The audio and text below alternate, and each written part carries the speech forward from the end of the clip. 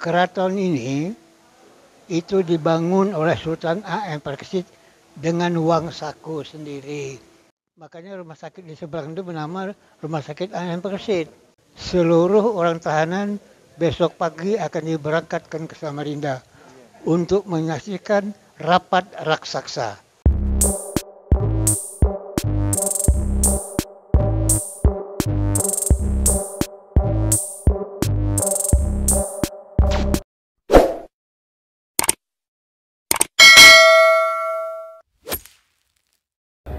Assalamualaikum warahmatullahi wabarakatuh. Salam sejahtera bagi kita semua dan salam budaya. Jadi teman-teman, pada tayangan kali ini kita akan membahas sedikit ya tentang Keraton Kesultanan Kutai Kartanegara ing Martadipura. Tepatnya di momen yang sangat bersejarah ini ya, yaitu Erau Tenggarong Kota Raja Kutai Kartanegara. Di samping saya ada Ayahanda Aji Pangeran Haryo Atmokusumo, atau biasa dipanggil beliau Ayahanda Aji Dek, sebagai Ketua Majelis Tata Nilai Adat Kesultanan Kutai Kartanegara ing Martadipura. Dan di sebelahnya ada Kanda Raden Wendy, dan di sebelahnya ada Kanda Aji Kiki Rizky. Nah, seperti itu. Jadi kita akan bahas pada malam ini ya. Yang pertama mungkin ada pertanyaan dari Kanda Wendy mungkin untuk Ayahanda. Jadi kita nih semacam diskusi aja mengenai Keraton Kesultanan Kutai Kartanegara ing Martadipura. Oke, silakan. Ada yang mau ditanyakan untuk Ayahanda? Saya ingin menanyakan, mohon maaf Dato.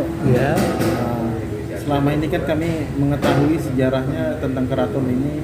Saya dengar itu katanya dihadiahkan oleh Belanda. Apakah benar? Sangat tidak benar. Ya.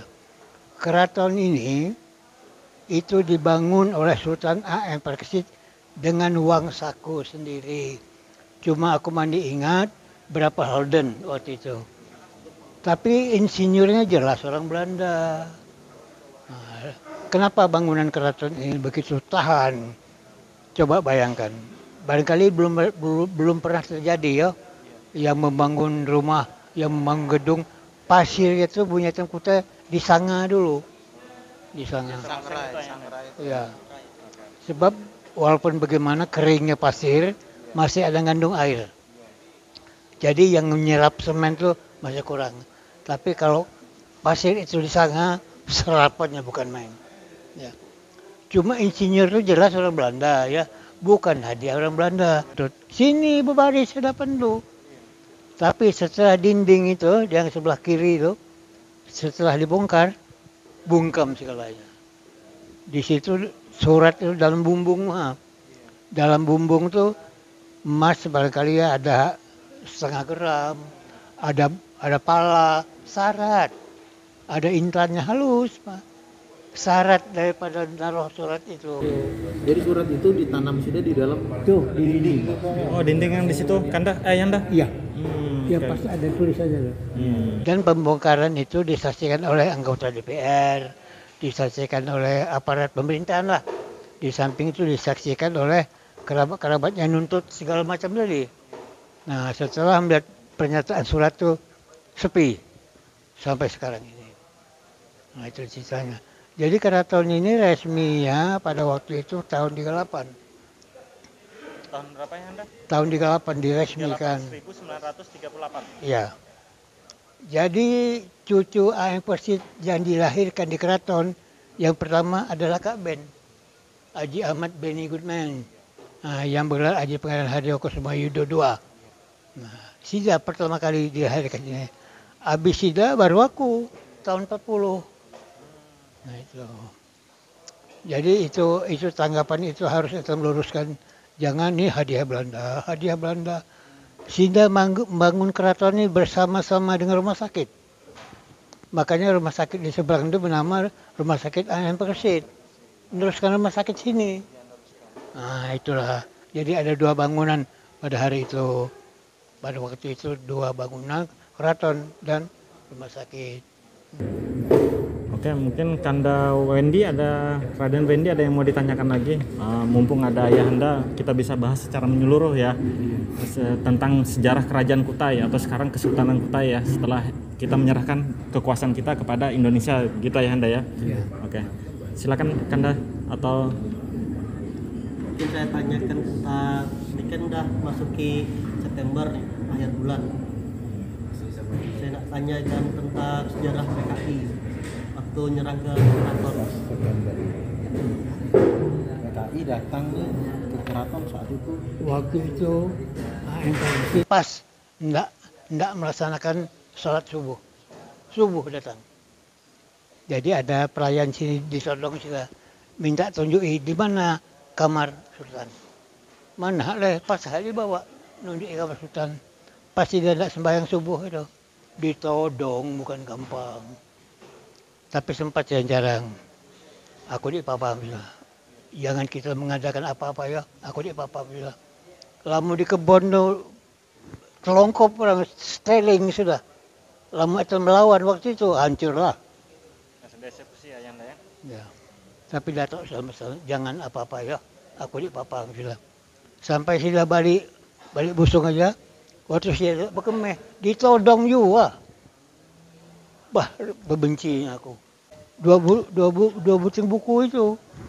Yang membungkuskan kuning dengan bungkuskan putih itu. Nah, itulah yang paling sedih persis sampai sila meninggal. Ingat dua buku air mata silanya. Aku nikahkan hartanya lain sila. Gelap lampu, gelap apa, ayo ha. Buku itu isinya apa tanya? Sejarah sisilah. Nah, sejarah dan sisilah. Sisilah dua buku. Situ keterangannya lengkap yang dibakar di Kinabalu tuh. Jadi waktu pembakaran tuh aku bukan dengar kisah, aku orang tahanan waktu itu. Yang ku kisahkan tadi. Ditahan di polisi situ. Aku diadukan oleh tentara yang namanya Rustam Aji. Aku dituduhnya pakai baju loreng, komplit dengan tanda pangkat. Bujur aku pakai baju loreng, dah buruk lah, aku nak ke kebun. Tidak ada lagi tanda pangkat. Jadi aku dibawa ke polisi. Itu aku orang tahanan. Syukurnya waktu itu polisi ini banyak kawan sepak bola. Jadi aku tidur di kamar, di ruangan kerja juga, mandi selama di sel mandi. Jadi kami malam di apel, ya mungkin jam 8 lah kami di apel. Dalam apel itu dijelaskan seluruh orang tahanan besok pagi akan diberangkatkan ke Samarinda untuk menyaksikan rapat raksasa. Alasan tuh. Nah, sekalinya datang ke situ ya menyaksikan pembakaran deh.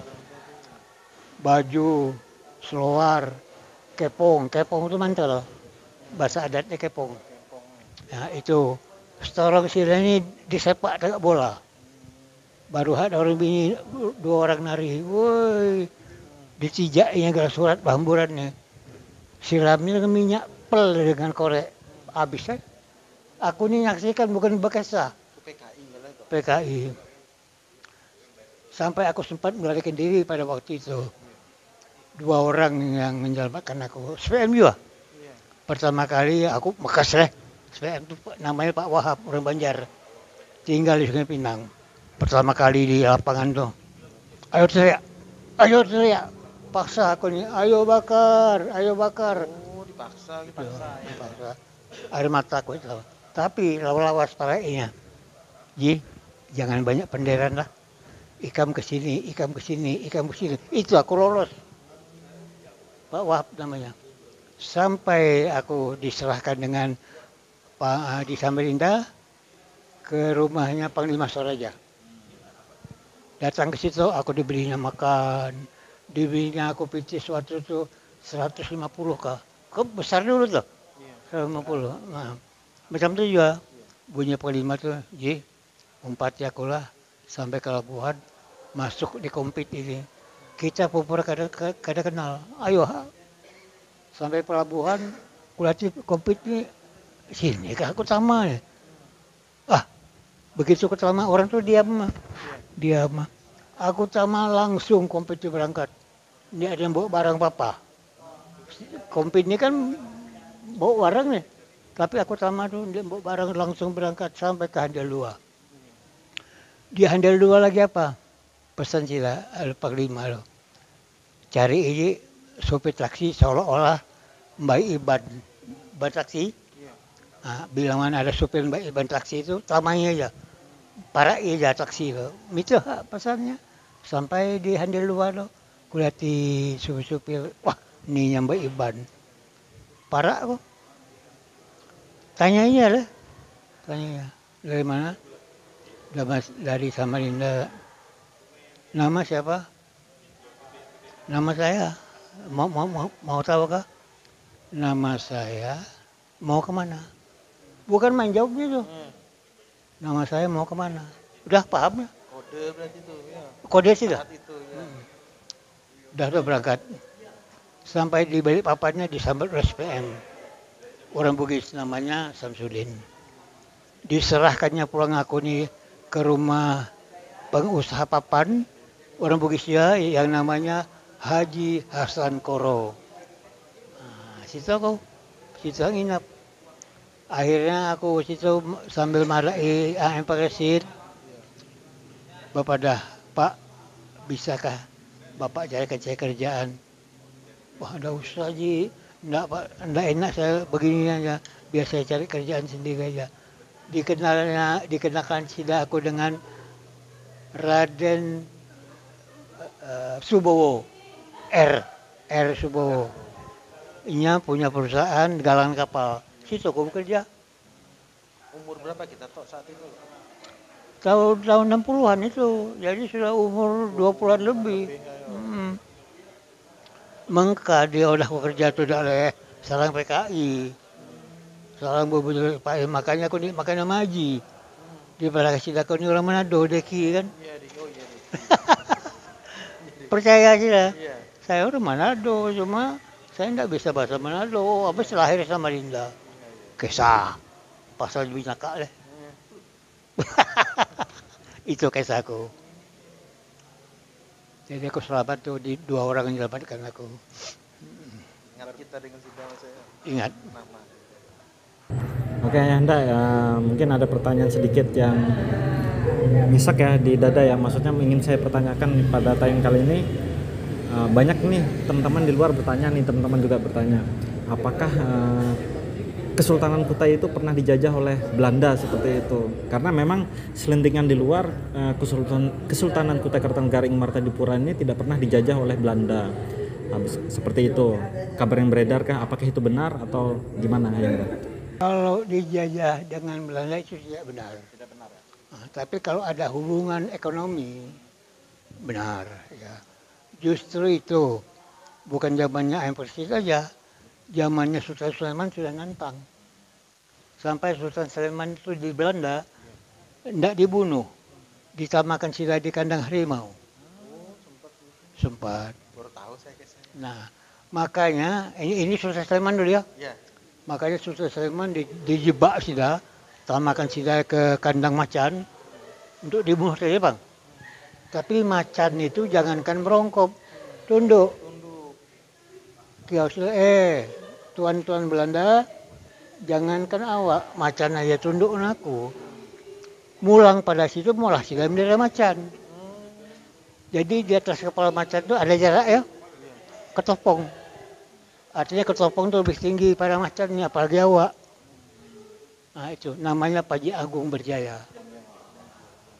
Jadi lama etam tahu kisah bingung etam. Kenapa ya bendera kerajaan Kutai itu bendera macan, sedangkan di Kutai tidak ada macan. Nah ini jawabnya. Tahu ya. Nah jadi AM Persid balik lagi, Iya. sudah dibujuk oleh Belanda. Walaupun tituler, sudah diberi pangkat letnan kolonel. Sedangkan Sultan Hamengkubuwono yang 9 itu pangkatnya lebih tinggi, kolonel. Belanda salah hitung. Dengan pangkat letnan kolonel loh, sudah bisa meredam kekejaman Belanda. Begitu sudah tahu di tahanan-tahanan itu banyak penyiksaan, ditembak di tempat, ya perjuangan. Dulu orang nyebut ekstremis merah putih. Ekstremis merah putih. Pejuang. Itu banyak ditahan. Disiksa, iya. Ditembak malah, iya. Tapi setelah Sultan Ahmed Persit melakukan inspeksi, tidak ada lagi penyiksaan. Apalagi ditembak, tidak ada lagi. Apa itu bukan perjuangan? Nah, Raden Aryo, waktu jadi camat di seberang.